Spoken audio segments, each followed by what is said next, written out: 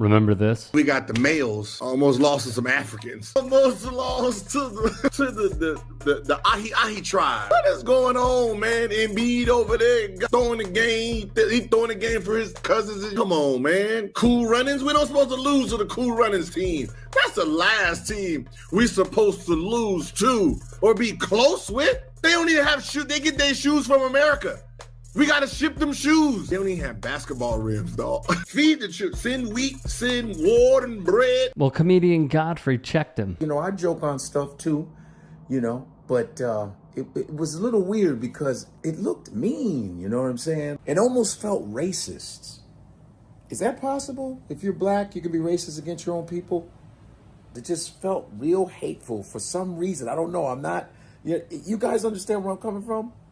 Growing up in Chicago, being a product of Nigerian parents, and, you know, African-American kids would call you Black African booty scratcher, you know, or do you chase lions? And you know what I'm saying? Do they even have food or cars in Africa? They used to do that to me, my sister and my brother. And that's what it reminded me of. More from Godfrey in a moment. Then there was Boston Celtics great Paul Pierce. Prior to the USA South Sudan exhibition, Pierce mocked the African team and laughingly said they probably don't have anybody over 6'3". How did they get in? That is when Chicago Bulls legend, 15-year NBA veteran, and head coach of South Sudan, Luol Deng, put out a lengthy statement on Instagram. We will read this in different parts. I normally don't pay attention to these types of comments, but as an African, a leader in my community, and the president of the South Sudan Basketball Federation, I feel it is important to respond.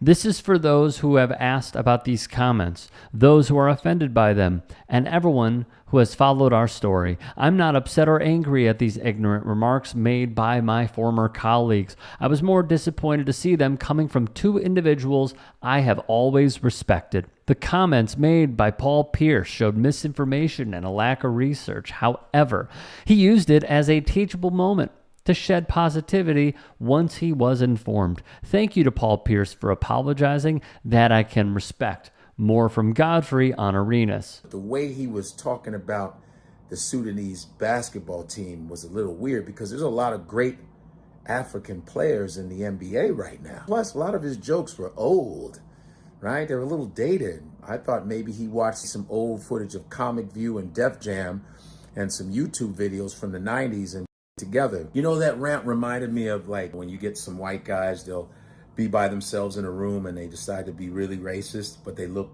both ways and they go, hey, did you see the Sudanese basketball team? Oh, Jesus. Who brought Amistad on the court? I think I see Jaimin Hansu trying to make a layup. Oh, did they get fed before they came on there? I'm surprised I didn't see any flies on court. Arenas saw the backlash and put out this statement where he added Luol Deng and wrote, I respected you as a player and will as a coach. Sorry for my disrespectful comments. Good luck to win the gold. Silver is all yours. However, a show I am a fan of, Dreamers Pro, was brought into it by Arenas after Pro simply said an apology was needed. Okay? Arenas would write, are you offended or just pretending to be offended for clickbait? If you are offended, what part offended you personally, Dreamers Pro? I made some jokes about the South Sudan team, and some folks are saying it was racist. I just want to set the record straight. That ain't me. I was just clowning. Okay, trying to bring some humor, nothing more, nothing less. Dreamers would respond. Personally, it didn't sit well with me for a few reasons. Number one, I'm an African American, but my first generation African American, so I do have African parents. And to hear somebody speak like that about Africans is never going to make you feel good. If it's no different than any other group feel like that feels like they're being insulted, you're not going to feel good. So I don't think it's anything unique to me. The second thing is that it's discounting what those Sudanese players did. This is a country that's only had independence for 13 years. There's no space for this in sports, none whatsoever. I don't condone it, and I'm being consistent across the board. Some people will say, oh, you just defend them because you're African. No, you need to do some more research and look at some of the content. I defend everybody. I've defended Nikola Jokic. I've defended this player. I've defended that. I defend what's wrong in my view. Not to say that I have the answer to everything, but I defend it, and I have a track record. Deng would echo some of these thoughts in his statement, which would continue on Instagram. Growing up, I heard many similar comments, and those very remarks are some of the things that motivated me to change the narrative. Africans now show solidarity and support for each other, now more than ever. Moments like this are not for us to get upset and lash out. Many Africans and black people who embrace their African heritage are working hard to bring all people, black people, closer by educating and sharing stories and historic moments, teaching that we have much more in common than differences. As for Gilbert Arenas' comments, they were certainly more disrespectful and cruel. Personally, I don't care much. I would never trade places with anyone. Being African is special, he would write. However, for young African and African American kids who admire and listen to Gilbert Arenas, these comments can make you think less of yourself and make the rest of the world think less of Africans. Those who are easily misled may make comments that reflect self-hate more than pride. There is nothing about our history that we should run away from. He would continue. I actually want to thank both of them, as in Pierce and Arenas, for giving us this platform to respond and inform others. We've worked very hard in the last 4 years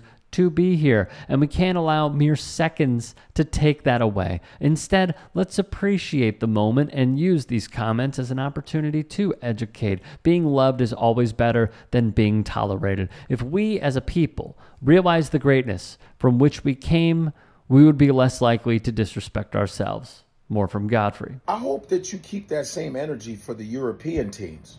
Let's say the European teams have a close game. I hope you keep that same energy. I hope you do that. Don't cheat now.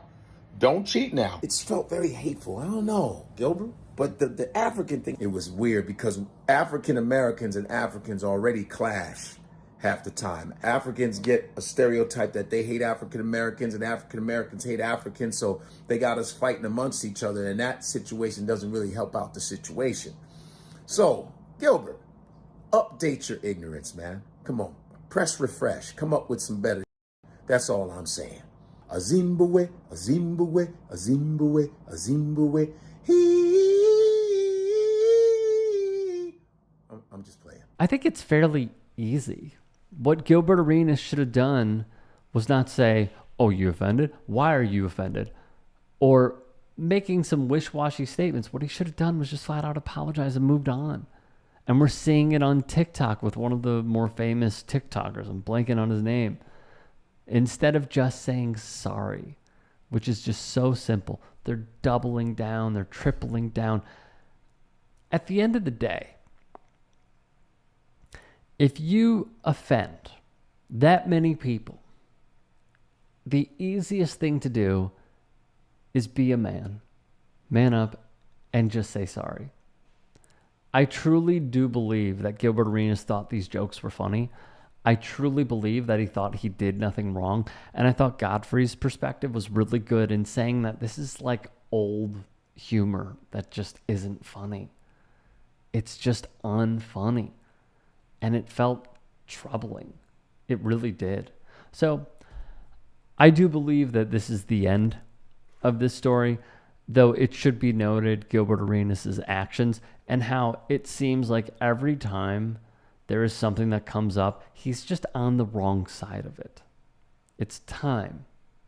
It's time to have this coming to Jesus moment and just acknowledge the shortcomings and move on. If you can and are willing, please become a paid member here at TYT Sports. And or go to tyt.com/join. In addition, you can follow me on Twitter, Instagram, and TikTok. Appreciate it. Have a great day.